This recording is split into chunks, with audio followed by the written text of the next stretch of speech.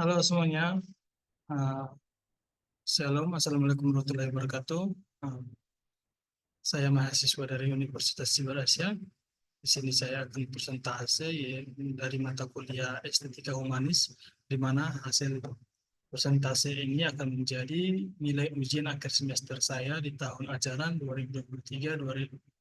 2023-2024. Nah, sebelumnya perkenalkan nama saya Roy Edi Siombing dengan NIM 230201010140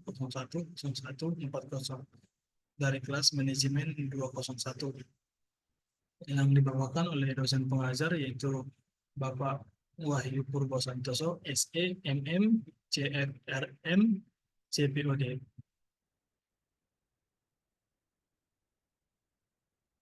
Nah, di mana kami disuruh untuk mengangkat tema-tema yang menarik dari topik pembelajaran mata kuliah estetika humanis. Nah, di sini saya akan membawakan topik angel management, di mana angel management ini saya akan membahas tentang pemahaman marah, apa itu pemahaman marah dalam mata kuliah estetika humanis. Yang kedua, penyebab marah. Yang ketiga, strategi pencegahan untuk menghindari marah. Yang keempat, peran otak dalam anger management. Yang terakhir itu kesimpulan.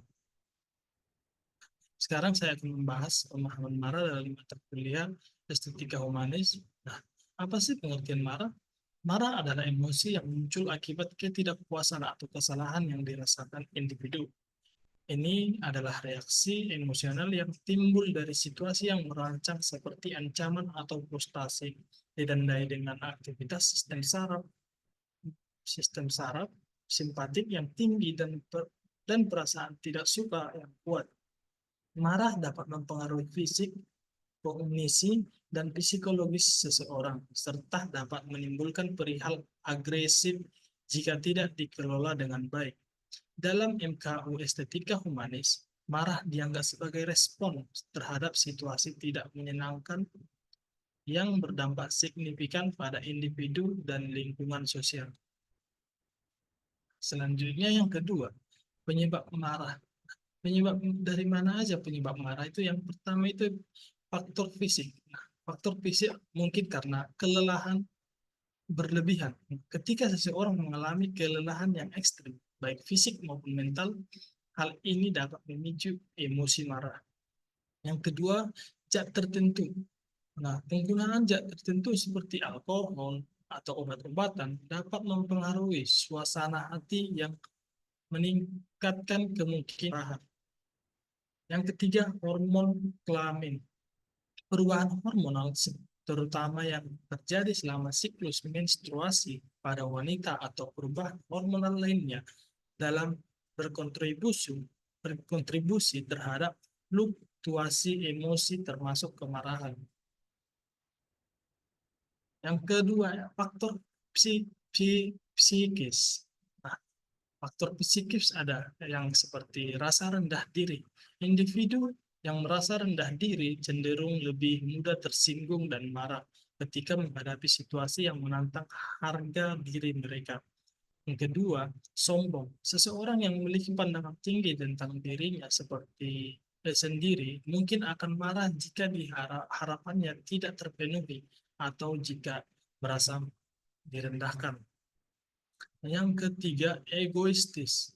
Sikap egoistis membuat individu lebih rentan terhadap kemarahan karena mereka sering kali merasa bahwa kebutuhan dan keinginan mereka tidak diperhatikan oleh orang lain.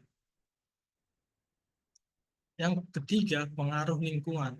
Figur orang tua dan lingkungan sosial juga memainkan peran penting dalam pembentukan cara individu mengekspresikan kemarahan. Anak-anak belajar dari orang dewasa di sekitar mereka bagaimana cara mengekspresikan atau menahan amarah.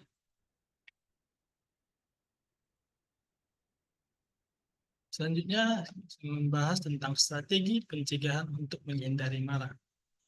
Perlu kita lakukan yaitu kesadaran diri. Yang pertama, kesadaran diri. Mengenali tanda-tanda awal kemarahan untuk mulai mengambil langkah-langkah pencegahan. Yang kedua, itu komunikasi asertif. Menyampaikan perasaan dan kebutuhan secara jelas dan jujur tanpa menyerang. Yang ketiga, teknik relaksasi, menggunakan meditasi, pernapasan dalam, atau yoga untuk menenangkan pikiran dan tubuh. Nah, yang selanjutnya, penyelesaian masalah proaktif. Menangani konflik ini uh, konstruktif dan mencari solusi bersama.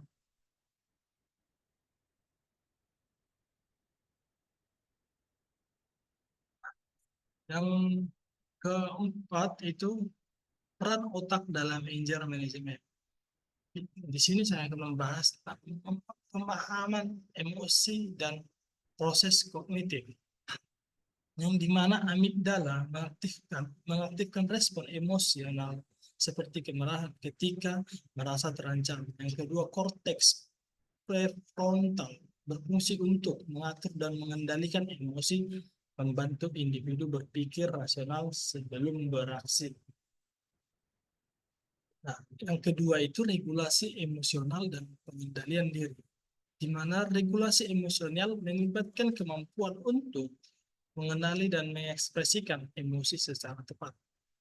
Kedua, latihan seperti mindfulness dan terapi kognitif perilaku atau CBT memperkuat koneksi antara korteks prefrontal dan amigdala, membantu pengendalian diri. Yang ketiga, pengaruh lingkungan sosial. Dukungan sosial dan hubungan interpersonal mempengaruhi respon kemarahan, membantu meredakan dengan memberikan perspektif baru dan solusi alternatif. Memahami fungsi otak dalam pengelolaan kemarahan memungkinkan individu untuk mengaplikasikan teknik-teknik efektif, meningkatkan kualitas hubungan interpersonal sesuai dengan prinsip MKU estetika humanis. Yang terakhir itu kesimpulan. Nah, di mana pembahasan mengenai anger management dalam mata MKU estetika humanis menunjukkan bahwa pengelolaan emosi adalah keterampilan penting bagi setiap individu.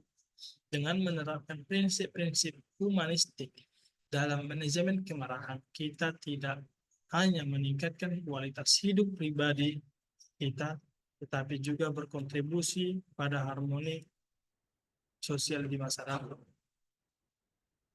Itulah dari hasil presentasi saya mengutip dari referensi yang ada di sini, dari YouTube, juga ada slide dan scribe. Sekian dari presentasi saya. Jika ada kata yang salah, saya mohon maaf. Terima kasih.